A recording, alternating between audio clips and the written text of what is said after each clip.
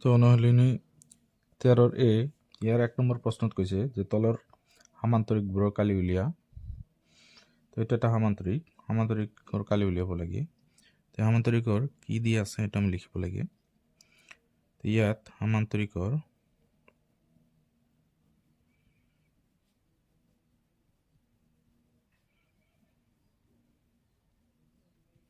সামান্তৰিকটোৰ আমাৰ ভূমি দিয়া আছে, ভূমি AB, ভূমি দিয়া আছে 15 সেন্টিমিটাৰ, আৰু আমাৰ উন্নতি আছে 8 সেন্টিমিটাৰ।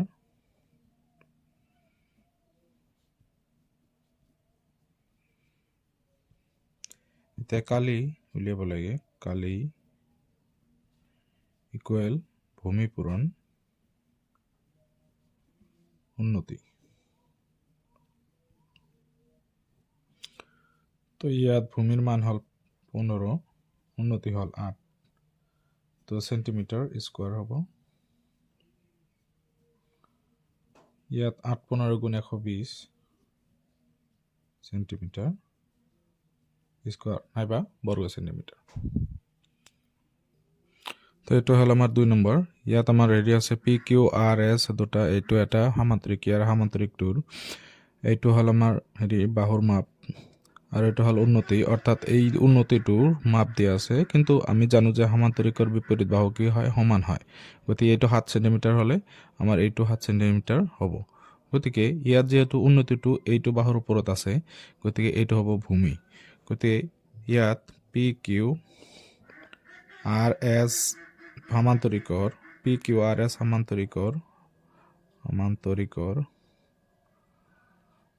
আমাৰ উন্নতিটোৰ মান দিয়া আছে, উন্নতি হল ভূমিটো হল ভূমি হল PQ, অর্থাৎ PQ ইজিক্যাল টু 7 সেন্টিমিটার। তো 7 সেন্টিমিটার হবে। আর কি দিয়ে আছে, উন্নতি আছে আমার 14 সেন্টিমিটার। তেতিয়াহ'লে কালি উলিয়াব লাগে। দেয়াৰফৰ কালি ইজিক্যাল টু কি হ'ব, ভূমি পূৰণ উন্নতি। তো ভূমি পূরণ উন্নতি হলে ভূমির মান হল 7 সেন্টিমিটার আর উন্নতি আছে 14 সেন্টিমিটার। গতিকে সেন্টিমিটার স্কোয়ার, কালির ক্ষেত্রে স্কোয়ার। গতি 7 14 গুণ কিমান হব, 7 4 গুণ 28, হাতত 2, 7 গুণ 7 2 9, 98 সেন্টিমিটার স্কোয়ার, এটো কালি হব। 2 নম্বৰ প্ৰশ্নত কৈছে তলৰ ত্ৰিভুজবোৰৰ কালি উলিয়া। তো এইটো ত্ৰিভুজ আছে ABC ত্ৰিভুজ। এই ত্ৰিভুজটোৰ AD হল উন্নতি, ভূমি হব BC।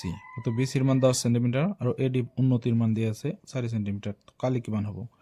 তো আমি জানি ত্ৰিভুজৰ কালিৰ সূত্ৰ কি? ত্ৰিভুজৰ কালিৰ সূত্ৰ হল হাফ ইন্টু ভূমি পূৰণ উন্নতি।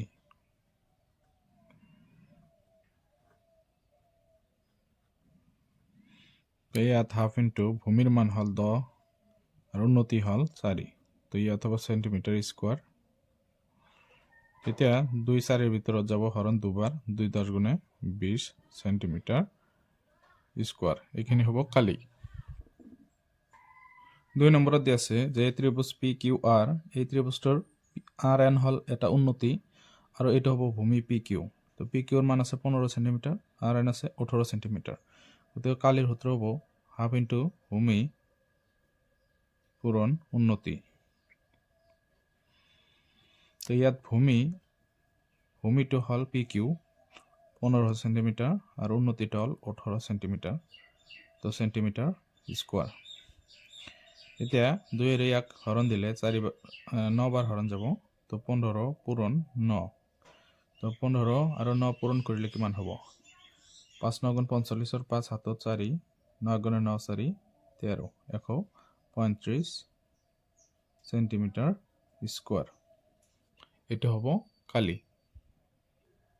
তো 2 আর 3 নম্বর ত্রিভুজ LMN, এই ত্ৰিভুজটোৰ LP হল এটা উন্নতি, এটা হল উন্নতি কাৰণ এটো ইয়াতে 90 ডিগ্ৰি এঙ্গেল কৰিছে উন্নতি এটো। তো এই উন্নতিটো আছে কাৰ উপৰত, MN ৰেখাৰ উপৰত। গতিকে MN টো হব এটা কি ভূমি, কাৰণ MN ৰেখা আমি যদি বঢ়াই দিও এইটোৰ উপৰত এইটো লম্ব পৰে। তে এইখিনিৰ উপৰত আমি মানে কি এইটো বঢ়াই দিলে এইটোৰ ওপৰত পৰি যায়, গতিকে এম এনটো আমি ভূমি ধৰিব লাগিব। গতিকে ইয়াত কালি হ'ব কি হাফ ইনটু ভূমি পূৰণ উন্নতি। তো হাফ ইনটু ভূমিৰ মান হ'ল 8, উন্নতি হ'ল 6 সেন্টিমিটার। তো সেন্টিমিটার স্কোয়ার 2 ইয়াতে 4 বার হরণ যাব, 4 6 গুণ 24 সেন্টিমিটার স্কোয়ার কালি হ'ব। তো 3 নম্বৰ প্ৰশ্নটোত কৈছে এখন খেলপথাৰৰ মাজৰ অংশ আয়তাকাৰ আৰু দুইমূৰে দুটা অৰ্ধবৃত্তাকাৰ অংশ সংযুক্ত হৈ আছে। খেলপথাৰখনৰ দিক 80 সেন্টিমিটাৰ হ'লে আৰু আয়তাকাৰ অংশৰ প্ৰস্থ যদি 28 মিটাৰ হয় হলে খেলপথাৰখনৰ পৰিসীমা আৰু কালি নিৰ্ণয় কৰা। তো এইটো হ'ল আমাৰ খেলপথাৰ। ইয়াত দিক আছে টোটেল 80 মিটাৰ আৰু ইয়াত প্ৰস্থ আছে 28 মিটাৰ আৰু দুইফালে দুটা অৰ্ধবৃত্তাংশ লাগি আছে। তো এইখিনি গোটেইখিনিৰ আমাৰ কি উলিয়াব দিছে পৰিসীমা আৰু কালি। আমি ইয়াত লিখি লওঁ খেলপথাৰখনৰ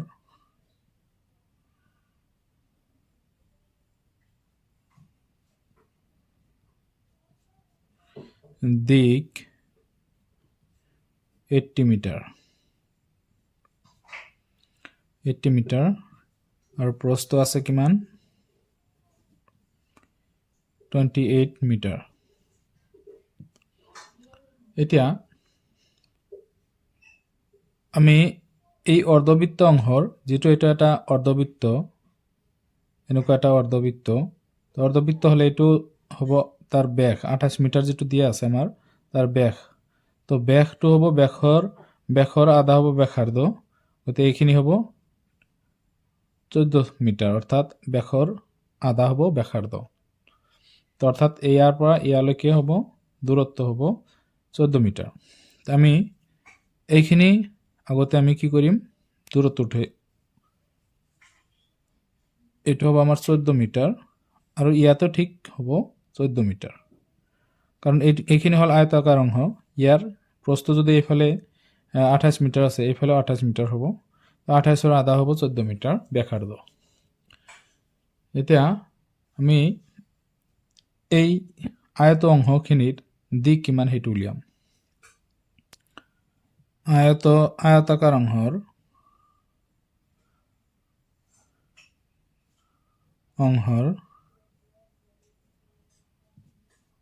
দিক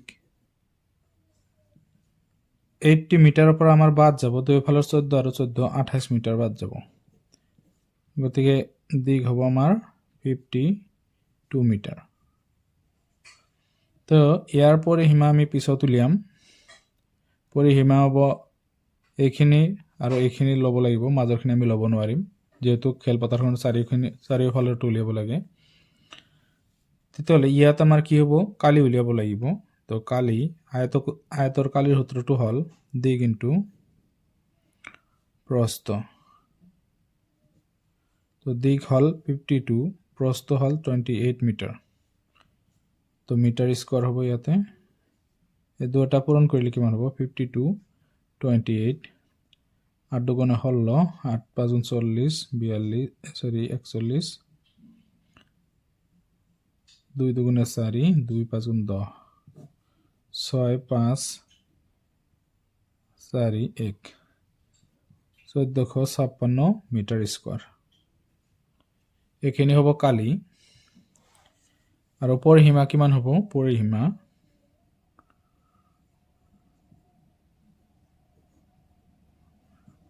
আমাৰ ইয়াতে ধৰিব লাগিব, আমি এই মাজৰখিনি ধৰিব নোৱাৰিম, এই দুটা লাইন ধৰিব লাগিব। তো দুটা লাইনৰ ভিতৰত আমাৰ এই দিকটো হ'ব কিমান 52, এটা পৰিসীমা হ'ব 2 পূৰণ 52। তো ইয়াত মিটাৰ হ'ব 2 দুগুণে 4 2 5 গুণ 10 104 মিটাৰ হ'ব পৰিসীমা এই মাজৰ অংশখিনিৰ।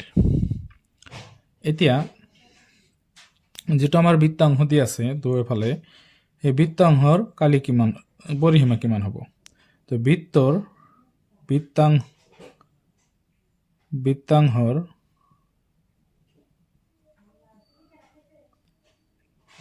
ব্যাস হ'ল 28 মিটাৰ, ব্যাসাৰ্ধ হ'ব 14 মিটাৰ, কাৰণ ব্যাসৰ আধা। তেতিয়াহ'লে ইয়াত পৰিসীমা কিমান হ'ব?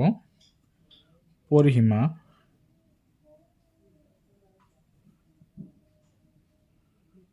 যিহেতু ইয়াতে দুইফালে দুটা বৃত্তৰ হেৰি আছে, দুইফালে দুটা অৰ্ধবৃত্ত আছে, তো অৰ্ধবৃত্ত দুয়োটা মিলি এটা বৃত্ত হ'ব দুয়োটা ফালে। তো ইয়াত আমাৰ এটা বৃত্তৰ কাৰণে সূত্ৰ হ'ব 2πr, তাৰ আধা যদি লওঁ 2 তলত যাব, তাৰপিছত প্লাছ 2πr, তাৰ আধা হ'ব 2, তেতিয়াহ'লে 2 2 কেঞ্চেল হ'লে πr হ'ব। গতিকে পৰিসীমা হ'ব πr প্লাছ πr। তেতিয়াহ'লে ইয়াত দুটা πr যোগ হ'ব, তো πr 2πr হ'ব। গতিকে 2 পূৰণ πr মান হ'ল 22/7 আৰু r ৰ মান হ'ল 14। তো 7 ইয়াতে 14 দুবাৰ হৰণ যাব, তো ইয়াত টোটেল হ'ব 88 মিটাৰ। এইখিনি পৰিসীমা হ'ব। এতিয়া কালি আমি দুটা অৰ্ধবৃত্ত মিলি কালিৰ সূত্ৰ ব্যৱহাৰ কৰিম। এইটো হ'ব আমাৰ কি? πr square. তো πr স্কোয়াৰ যেহেতু ইয়াত বৃত্তৰ কালিৰ সূত্ৰ হ'ল πr স্কোয়ার, πr মানটো হ'ল 22/7, r মান হ'ল 14 স্কোয়ার হ'ব 22/7 ইনটু 14 পূৰণ 14। তো 7 14 ভিতৰত দুবাৰ যাব, ইয়াত 44 ইনটু 14।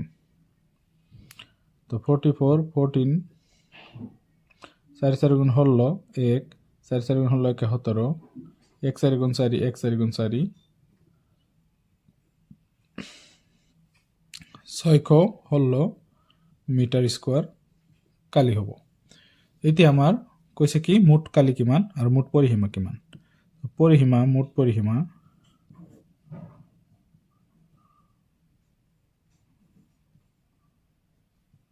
ইকুৱেল টু, আমি হেৰিৰ ক্ষেত্ৰত পাইছিলোঁ আয়তৰ ক্ষেত্ৰত পৰিসীমা কিমান পাইছিলোঁ 104, আৰু বৃত্তৰ ক্ষেত্ৰত পৰিসীমা পালোঁ 88। তেতিয়াহ'লে টোটেল কিমান হ'ব? যোগ কৰিলে 8 আৰু 4 হ'ব 12 2 আৰু 0 আৰু 8 হাতেৰে 9 192 মিটাৰ। আৰু কালি কিমান হ'ব? মুঠ কালি আগত আমি কালি পাইছোঁ 1456 আৰু এতিয়া কালি পাইছোঁ আমি 616। তো যোগ কৰিলে 6 6 12 2 5 1 6 হাতেৰে 7 4 আৰু 6 10 0 1 আৰু 2, গতিকে 2072 মিটাৰ স্কোয়াৰ কালি হ'ব। এইখিনি আছিল 3 নম্বৰ সমাধান। 4 নম্বৰ প্ৰশ্নত দিয়া হৈছে যে এটা বৰ্গ আৰু এটা বৃত্তৰ পৰিসীমা সমান, যদি বৰ্গটোৰ দিক হয় কিমান 11 সেন্টিমিটাৰ, তেন্তে কাৰ কালি বেছি আৰু কিমান বেছি। ইয়াত আমি লিখি ল'ম যে বৰ্গটোৰ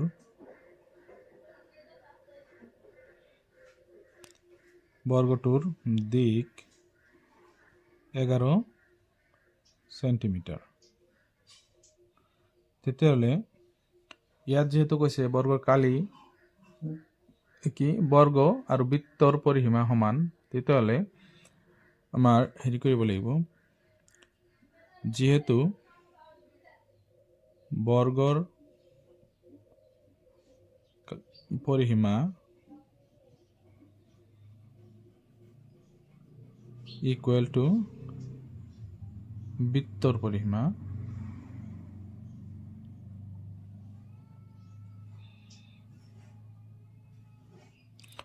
তেতিয়াহ'লে ইয়াত আমি সূত্ৰ বহাই দিই। সূত্ৰ বহালে কি হ'ব? যেহেতু দুয়োটাৰ পৰিসীমা সমান, বৰ্গৰ পৰিসীমাৰ সূত্ৰ হ'ল 4 ইনটু বাহু, বৃত্তৰ পৰিসীমা হ'ল 2πr। তেতিয়া 4 ইনটু বাহুৰ মান দি আছে আমাৰ 11 আৰু 2 ইনটু পাই মানে হ'ল 22/7 ইনটু r। এতিয়া 4 11 গুণ হ'ব 44 আৰু 7 ইয়াতে হৰণ হৈ আছে, এইফালে আহিলে হ'ব পূৰণ, আৰু 2 আৰু এই দুটা তলত যাব পূৰণ হৈ আছে গতিকে 2 × 22 = r ৰৈ গ'ল এটা আমি এইকেইটা হৰণ দিম যেহেতু ইয়াতে আমি 2 এৰে হৰণ কৰিলে 22 পাম আৰু এই 22 কেনসেল হ'ব তেন্তে আমি r = 7 সেন্টিমিটাৰ পাম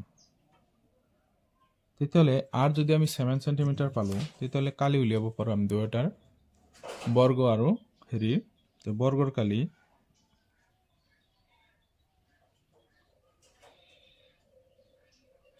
বাহু পূরণ বাহু তো বাহু আছে 11 পূরণ 11 মিটার সেন্টিমিটার স্কয়ার হব তো 11 11 গুণ 121 সেন্টিমিটার স্কয়ার এটা হব বর্গর কালি এটা বৃত্তর কালি পাই r স্কয়ার তো পায়ের মান হল 22/7 into r পালো আমি 7 সেন্টিমিটার গতি 7 into 7 স্কয়ার হবো গতি 22/7 into 7 স্কয়ার মানে হল 7 into 7 গতি 7 7 এটা ক্যান্সেল যাব গতিকে যিখিনি বাকি রল এখানে আমি পূরণ করিম 22 into 7 তো ইয়াত হবো কি 7 2 14 4 7 2 14 15 সেন্টিমিটার স্কয়ার এতিয়া দেখা গল যে কালিৰ ক্ষেত্ৰত এটো 121 এটো 154 গতে বৃত্তৰ কালি বেছি therefore বৃত্তৰ কালি বেছি তো কিমান বেছি এটো উলিয়াব লাগে তো বেছিখিনি আমি হিসাব কৰি দিও এটো 154 minus 121 এখিনি বিয়োগ কৰিলে আমাৰ বেছিখিনি ওলাই যাব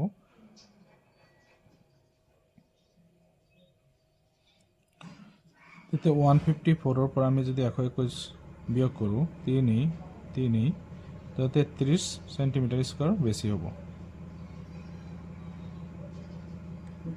33 সেন্টিমিটার স্কয়ার ইয়াতে বেশি হবে তো এইখিনি আসলে আমার 4 নম্বৰ প্ৰশ্নটোৰ সমাধান এই ভিডিওটো ইমানতে সামৰিছো যদি ভিডিওটো ভাল লাগে প্লিজ চেনেলটো সাবস্ক্ৰাইব কৰি দিব লাইক কৰিব শেয়াৰ কৰিব আৰু পৰৱৰ্তী ভিডিও পোৱাৰ কাৰণে আমাৰ চেনেলটো সাবস্ক্ৰাইব কৰি ৰাখক ধন্যবাদ